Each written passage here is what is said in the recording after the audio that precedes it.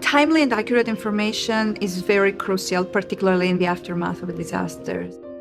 This particular research project focuses on automating damage assessment after hazards, and we focus in particular after tornadoes. And using high altitude satellite aerial images, we are able in a very short period of time to capture animations of damage, and using AI and machine learning algorithms, we are able to classify that damage in different states, varying from moderate, severe, to even completely destroyed.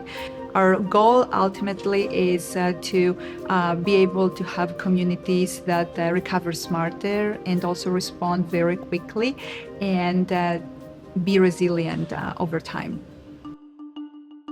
Every hour matters after disasters. Now, instead of waiting weeks for surveys to be done, our system delivers maps within hours. It gives responders quick insights and also gives communities clear expectations for recovery.